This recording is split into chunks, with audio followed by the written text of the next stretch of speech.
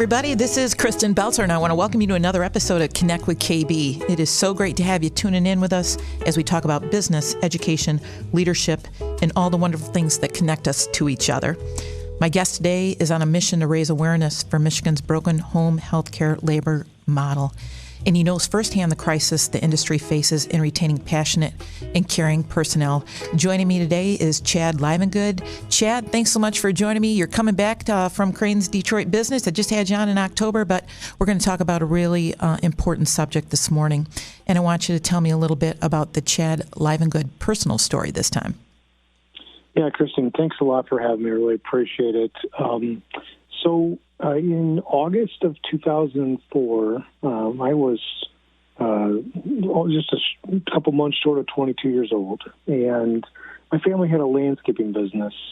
And my brother and I were all three of my siblings, or two of my siblings. The three of us were on a job doing tree trimming for someone, and my brother Brian was up in a bucket lift. And he was catastrophically injured in a freak electrocution accident. Power, as I sort of learned at a really young age, can come down power lines in bursts, and it can arc off of the line when there's a magnetic pole. He was 10, 12 feet away from the power line, but it zapped him, and it caused him to immediately lose oxygen to his brain, and it caused a irreversible brain injury. He miraculously survived, through my brother's efforts to get him out of there, and the great efforts of first responders who arrived and took him to U of M Hospital in the burn center, and he was in a coma for 40 days. Emerged from that, but lost all of his ability to walk and talk, and use his hands. All he can really do is stand and hold himself up with assistance, so he's balanced. But he has the strength and ability to maneuver his legs and such. So he requires 24-hour care. And after about 8 months of hospitals and rehab, he came home in the spring of 2005 to my parents' home in Chelsea, and has lived there ever since. And in that, I mean, this is a major life-changing experience for my entire family. I was a young adult and started my career in journalism. And my parents, my mom had to quit her job to take care of Brian. He's a little lighter than me, but he's 6'1". He's very similar size frame, 220-pound man, and he's heavy, and it's a lot of work because he has to be moved from chair to bed, to toilet seats, to rolled into a shower, washed by hand. He requires all that care, and it's very intimate. It's very, hard work. Every time I do the morning routine with him, I can pretty much be worked up in a pretty good sweat when it's all said and done after moving around. And so my parents have maintained they just do not want to institutionalize him. And it's just, it's their son, and as long as they can, they're in their 60s now, so not going to be able to do it forever. I help out when I can. I occasionally just sub in on on a weekend, or when I send my parents on a vacation once a year, just because they have to have respite. But in the program, because he's permanently disabled, he qualifies for a Medicaid program for either low-income seniors or permanently disabled adults who would otherwise be essentially a ward of the state if they didn't have a family to take care of them. So this program that he's in provides about 64.25 hours of care a week from basically low-skilled nursing aides. Even though, and these positions, these caregiver jobs, it's called, it's really known as, they're referred to in the umbrella term as direct care workers. This kind of work varies between as tough and intimate as helping someone go to the bathroom and giving them a shower, to folding their laundry and doing the other household things they can't do on their own. And so the work for a direct caregiver really varies greatly. And so Brian gets caregivers from an agency, and they're paid $12 an hour.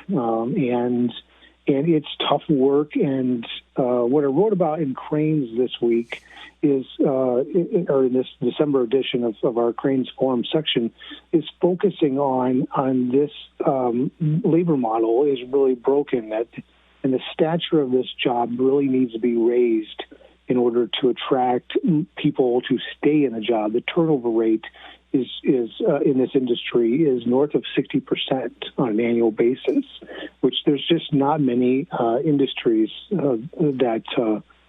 And there's almost no jobs in healthcare that have that kind of turnover. Yeah. So now Brian he's 36 now, right? The accident happened when he was 20. And when you talk about this and you talk about the caregivers with him, I think that you noted in your article that he has had over 150 caregivers in that last 16 years. That's my rough estimate. My mom has long lost track. The longest person who has been with Brian is a woman named Nancy, and she's been one of his caregivers and still is for more than 8 years. And she I call her Saint Nancy because she treats him like one of her own sons. And he really loves her. He can't talk. He has he still interprets he's cognitively there because he watches television all day, which is the only thing you do in this really lonely life of being trapped in a body you can't control.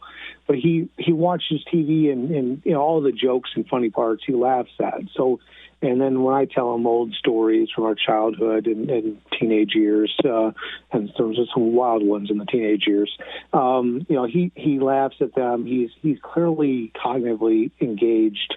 He just can't talk back. But yeah, Nancy's been with us for over 8 years. She's basically a part of the family. And then the next longest caregiver was 3 years. And the one after that was the next longest was 18 months. That was like a family friend. And after that, it's months is the number of how long people have lasted. Sometimes weeks, sometimes days. We've even had people who quit in the middle of a shift. Right. And so that throws my parents' life and work into turmoil. They have a small business that they're in Chelsea, so they roam between their store and the house. Basically, either and it's not just that you can just leave someone totally in the care of your loved one. I mean, there's training, there's some supervision that has to happen until they get really up to speed. This is not a complicated, or this is not an easy job. It is quite complicated because this person is responsible for administering medicine. I mean, they're basically a nurse. Just sort of a nurse type of qualification or workload for not necessarily qualifications, but it's not treated like that. It's not treated like a nursing assistant or an LP, licensed professional nurse or LP. I'm mixing up the terminology, but sure. A step below registered nurse. It is basically that level of care that you would get in a nursing home, but it's in a home setting, and so what we did in Crain this week, Mike, freelance journalist Anna Clark wrote a long story about how This whole industry is under a major amount of stress right now, particularly because of COVID, because it's just scared a lot of people off, or they have to stay home with their kids. They don't have daycare options. A lot of these folks, when they're working at $11 to $13 an hour, taking care of someone on Medicaid, they too themselves are on Medicaid because they're living in poverty essentially and working in poverty, and then the turnover rate in this industry is so immense, and people. We talked to one nursing or group home manager down in Monroe, and they have 4 disabled women who require 24-hour care, and they need 2 people on at any time, and they normally have a staff of 12 to manage this one 4-person group home, and they have been working on a staff of 7 for the better part of almost 3 months now, and when the manager told me that 3 months ago they had hired 2 new people, and they lasted less than a week, and then the typical response is, when people tell them to pay, they respond, $13 an hour. I can't live on that. Right. And that is the real reality of what's really ailing this industry right now. Well, and you work closely with Michael Malecki and M&M Home Health Care. I know that, and they too are really faced with some obstacles and challenges in regards to what they can do, and a lot of this has to do with Medicaid at the state and federal level in terms of reimbursements. And what is it that you think could be done, and the attention that we should bring to this issue? You talked in the article, I think, about a valet will make $15 an hour plus tips. And then you've got someone who's trying to, help your brother eat and lift him up at 220 pounds. And it's just not comparing apples to apples. Yeah, I mean, so Mike broke down for me the cost of why they have to pay. They can only pay $12 an hour. Essentially, they get $17 an hour from Medicaid, and then that $17 they got to pay the caregiver. They got to pay for liability insurance for the caregiver. This is a very highly liable job because you have someone's life in your hands, and then they have to pay payroll taxes, and then he's got expenses for overhead. He's got these staffing administrators who spend a ton of time scheduling and coordinating, organizing. And I know this because I'm on their payroll as an occasional fill-in. I don't want that part-time job, but I do it because someone has to at times. And there are times, especially with COVID, where we had nurse caregivers who have been stuck at home waiting for tests to come back. I mean, because as a family member, the last thing we would want was our brother who can't communicate to get sent to a hospital for COVID. And so we're very, very COVID conscious in my family. And what really has to happen is there has to be some kind of a recognition of increasing the reimbursement rates for these providers. Malecki said if he was raised from 17 to 21, he would be able to pay someone $13.50 an hour, and then squeeze out a 5% profit margin for his business. And so basically, right now at $12 an hour, he can't pay anymore, or he starts losing money. And so it's a break-even proposition. Companies like his balance this out with private pay. They can charge $25 an hour, or auto insurance. Car accident victims who they can try to charge the auto insurers $35 an hour. But as we know from a recent, major debate on auto insurance reform in this state, the auto insurers will fight that in court for many times and many years in order to not pay that full freight. Right, and that 2-hour COVID hazard pay too is going to, I think, end here through the CARES Act at the end of at the end of December.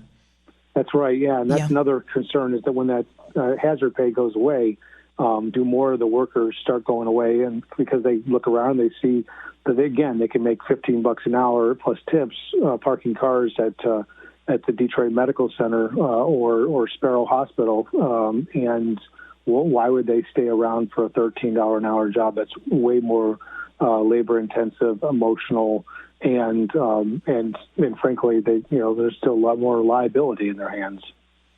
Well, you're exactly right. Chad, what do you think can be done? And who would you like to have a chance to talk to about these issues and to get somebody's attention?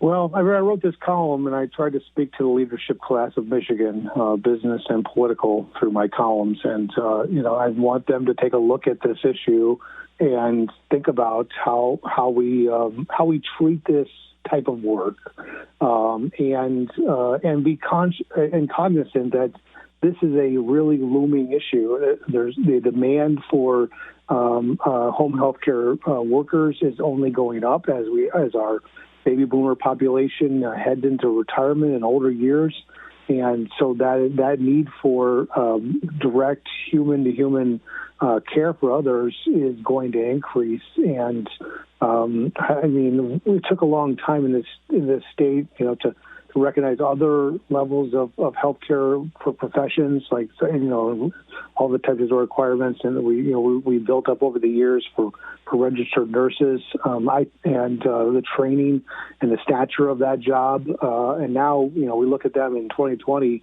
and nurses in hospitals are our heroes. Well, home health aides in people's homes, those are my heroes. Well, for sure. And you know what? You and your mom and dad are heroes to me too, Chad. I want to continue having this conversation and hope that you'll come back and let's see what kind of progress we can make.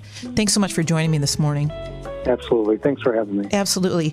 My guest today is Chad Livengood, senior editor of Crain's Detroit Business, and just as importantly, a dedicated brother. I want to thank my supporting sponsors, Marketing Resource Group, Dowding Industries, White Law, Governmental Consultant Services, AF Group, AT&T, and the Loomis Law Firm.